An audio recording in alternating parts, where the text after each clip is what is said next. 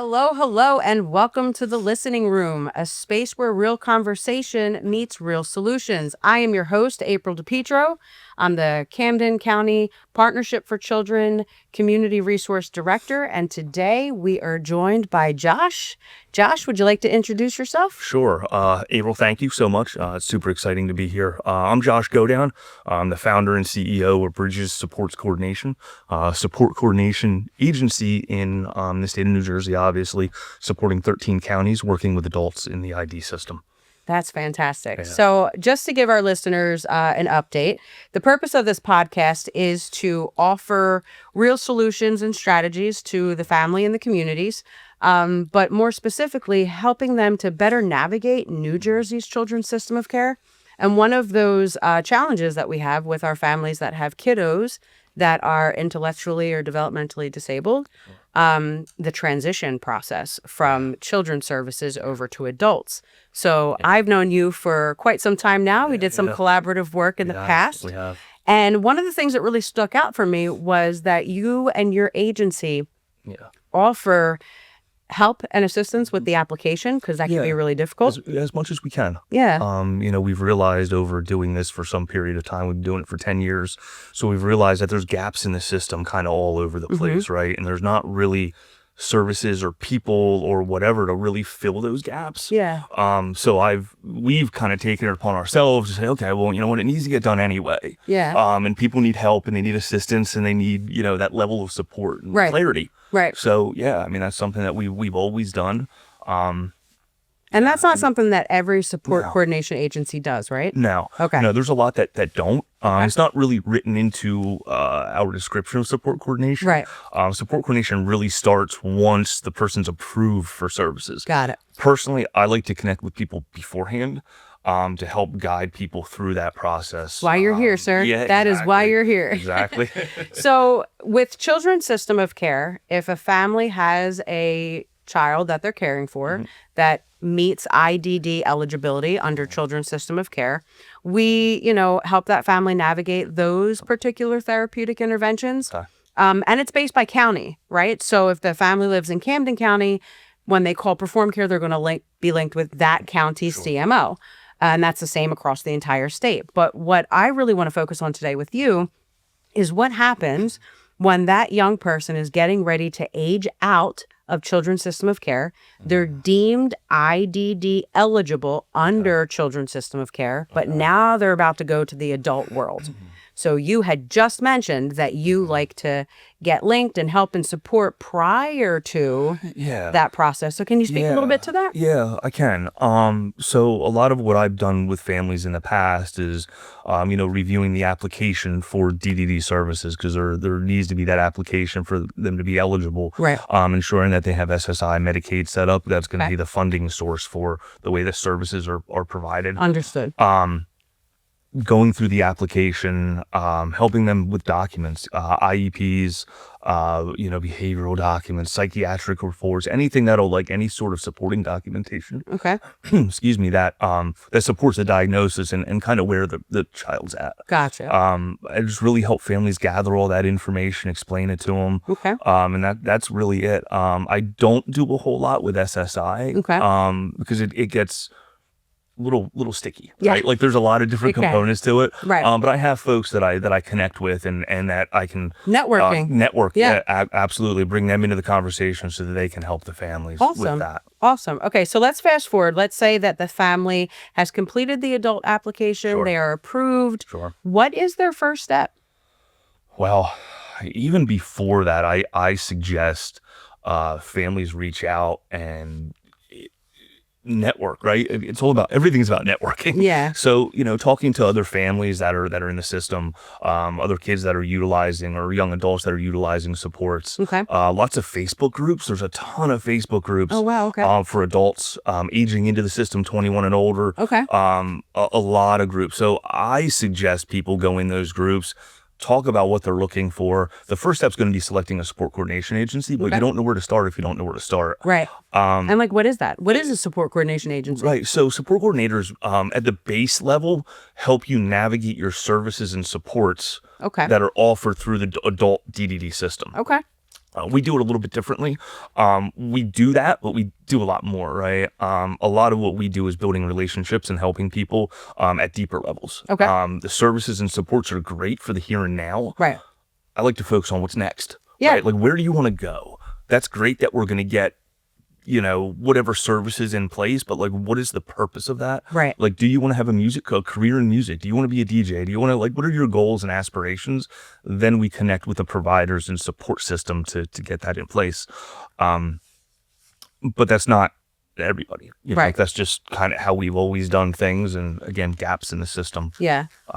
So each agency can kind of operate to whatever level they would like to, but there is a standard that needs to be met. And for the listeners, ideally, it sounds a little bit similar to the children's side in the sense where you have an assigned care manager, you have this worker that is helping you navigate the services under children's system of care. Support coordination agency helps you navigate your resources and services under the adult side. Yeah, exactly. I mean, one of the differences is, you talked before that if you're in Camden County, you get assigned to Camden County and that's it. Camden County CMO, and it's that one-stop type shop, With support coordinators, we can support multiple counties. So Bridges, we're in 13 counties right now. Okay. So we have all up to Sussex down to Monmouth and maybe opening others at some point.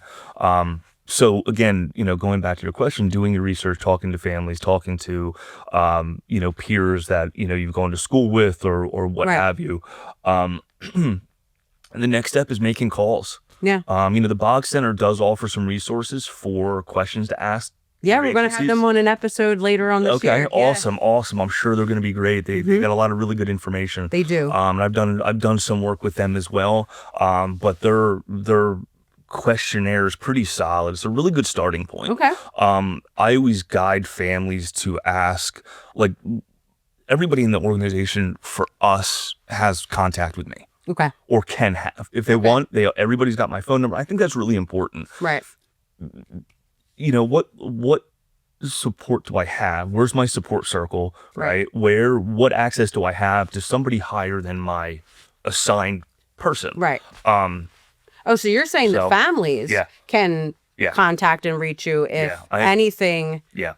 They can't get through to the worker, or they have a question, or they don't understand something. That is fantastic. Yeah, I talk to a lot of our families, and do like circle meetings or sitting around and helping them future plan and figure out, what's next. Right. We're going through a time now where a lot of the folks that we're supporting are aging and their parents are aging. Yeah. And they're trying to figure out what the next steps are. So what's going to happen. Yeah, what's going to happen when I'm not here to care for my loved one. Right. So I'm involved in a lot of those conversations with families because families have reached out and networking, I'm sure, is helping in different ways. That's fantastic. Yeah. Okay, so families have to select a support coordination agency. It is not county specific, so it's not. They would have to. They can do some research, but like you're saying, they don't know what they don't know, which is a reason why you're on this podcast today, right? Now, hopefully, some of our listeners that might be entering into that transition process now are like, wait a second, let me Google support coordination. Yeah. Let me see who is in the state of New Jersey. Right. Yeah. Okay. I think right now there's just shy of 140 agencies. Okay. Like there's a lot to choose from. There's a lot of good agencies out there. Right.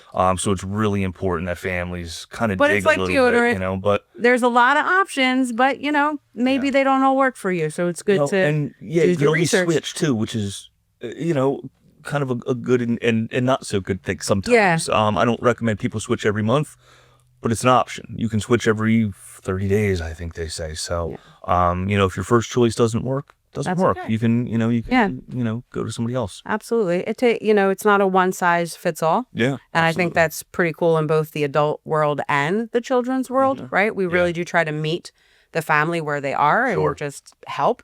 You touched on something that I believe is a theme for this podcast, and that's making sure that families don't feel alone. Yeah. The fact that you make yourself so readily available, not just to your team and your staff, but to the families that you're providing service for is pretty awesome. And, I appreciate that. Yeah. So thank you from professional to professional. Of course. Okay. So families do the application. Mm-hmm. They get approved for adult services.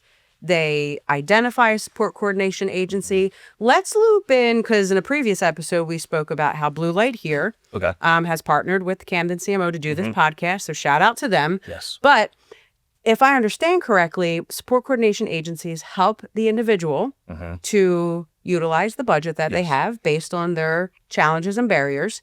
And a part of that is linking with service providers like Abby Kassoff with Say It With Clay, who was on an episode earlier this year. Yep.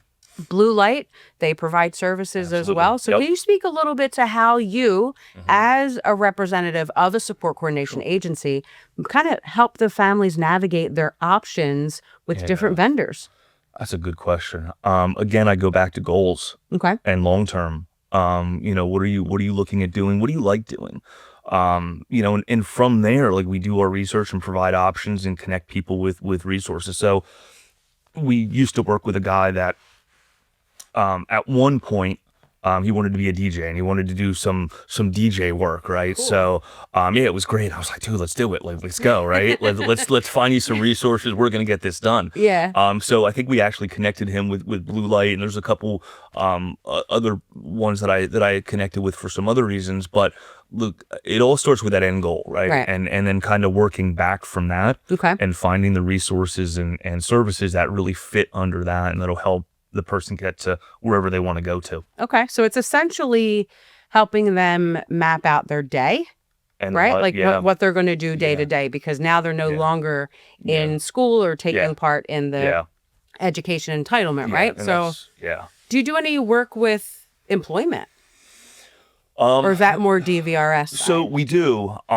We try to partner with DVR as much as we can. To utilize that, is Medicaid dollars have to be the last, utilized. So, we will partner with DVR to see if the person supported is eligible for DVR.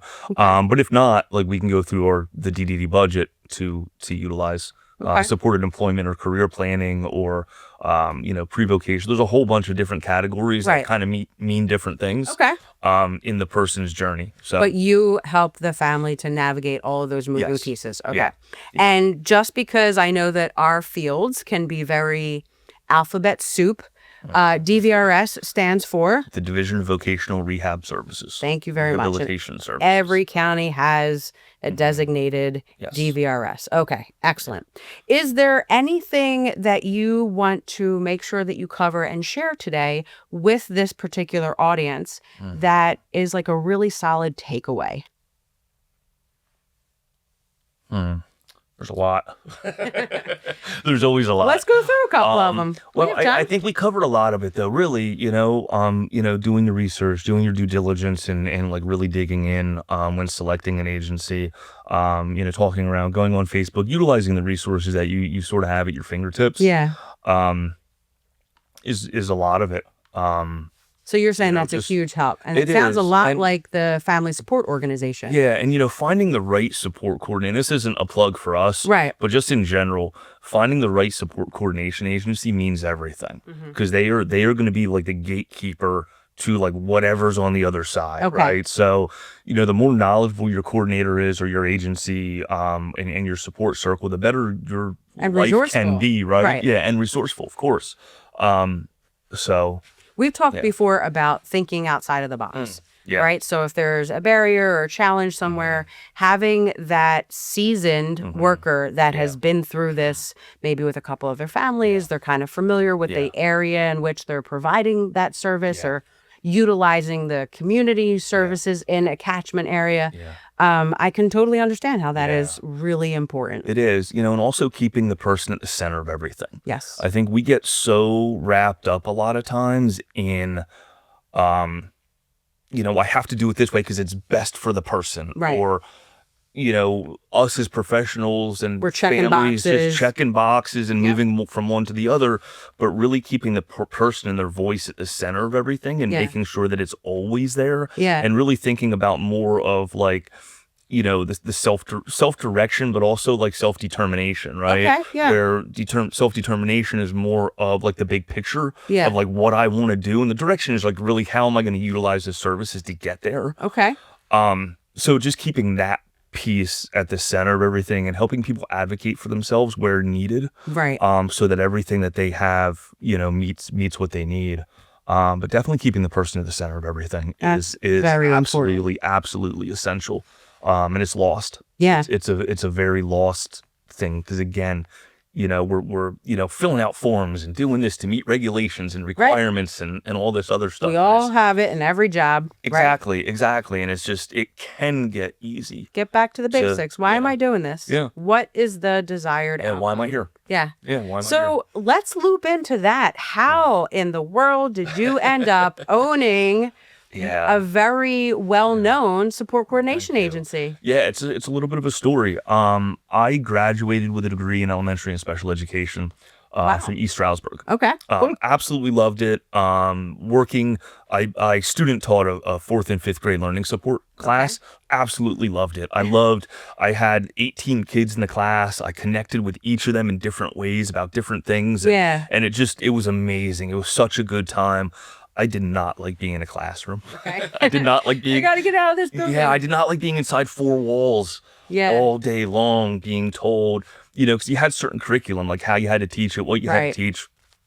Just wasn't a fan. Wasn't a fan of it. Just didn't work for me. But you liked the people you worked with. I love the people I worked with. So I got out of, I graduated. I got an email from a woman that was my special ed 101 teacher. Okay. And from a community college, and her message was, I have a son that lives with autism. I would love for you to work with him. Okay. And that was my in to everything that has come up since. Okay. And then from there, it was I worked with him. Then I started working with some other folks. I worked with kids for a while. You name it, group homes, job coaching, and it just kind of spiraled into me moving back to. I lived in Harrisburg, Pennsylvania for about 3.5 years working in group homes. Okay.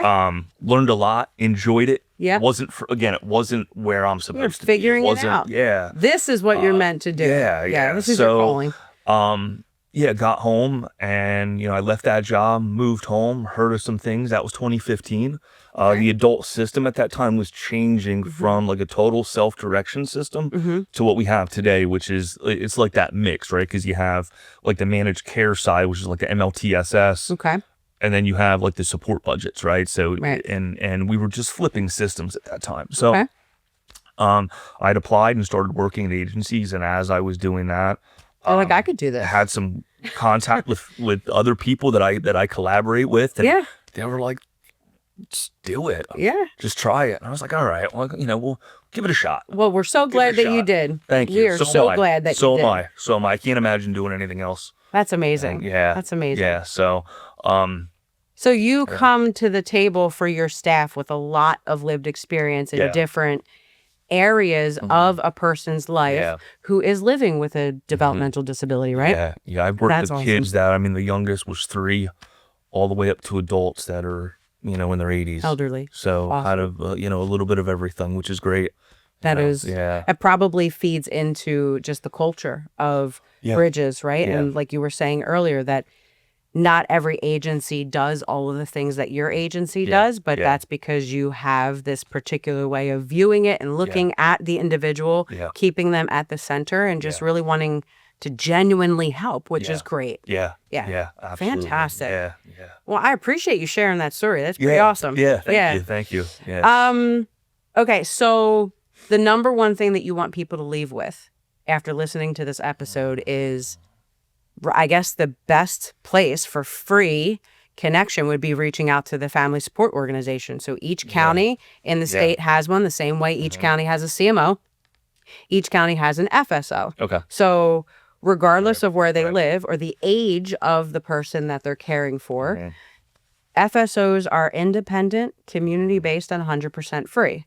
So many of the families that are linked there have that lived experience. They've gone through the application process, maybe have selected their own support coordinator. So that's a really great first stop for someone who is like deer in headlights. Yeah. I'm not sure what to do. Yeah. And a lot of families are that way. And it's no fault. The system is very confusing. We don't know what we and I've talked to families and they almost feel like it's a drop off a lot of times where they get to the adult world, they get eligible, you know, the loved one becomes eligible, and there's no, like, it's a drop, right? And it's like, oh my God, what do I do? So definitely reaching out to your FSOs is very important. A good first step. Yeah, Excellent. absolutely. And I've been on your website. It is very user friendly, so that's also a great spot for people to kind of. Yeah, we're working on updating some things right now. Okay. You know, if people are gonna look at us or look for us, definitely Facebook is a lot better. Our website's a little it's user friendly and it's okay. It's just not everything is there that I want to be there yet.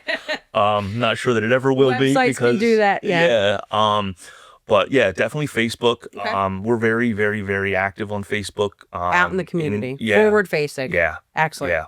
I know that you and I have recently spoken about the resource nets. So obviously I mention this every episode. So to our listeners, the resource net is a data hub that has resources and services available in that county or community, or if it's telehealth, for searchability, right? So anyone in each of the counties across the state can go to their county's resource net database, and it is jam-packed full of all kinds of social service, mental health, community-based resources and services. So you and I had recently spoken about getting Bridges as a master listing on all of the resources. Yeah, and that's something we're actively working on. I think we started the process yesterday. That's fantastic. Right after we talked. So so by the time this episode airs, that's going to be up and running. So we'll make sure we, put that on the screen for our listeners and viewers. Yeah, of course. What is a goal that you have for 2026? Maybe not agency specific. It could be for, the adult world in general, but what is a goal that you have? That's a really good question. And not something I've thought about, but not, a whole lot. If you had a magic wand, you're Harry Potter, and you can make one thing different. I would say more emphasis and more support around self-direction, and helping people utilize and choose what their day is going to look like.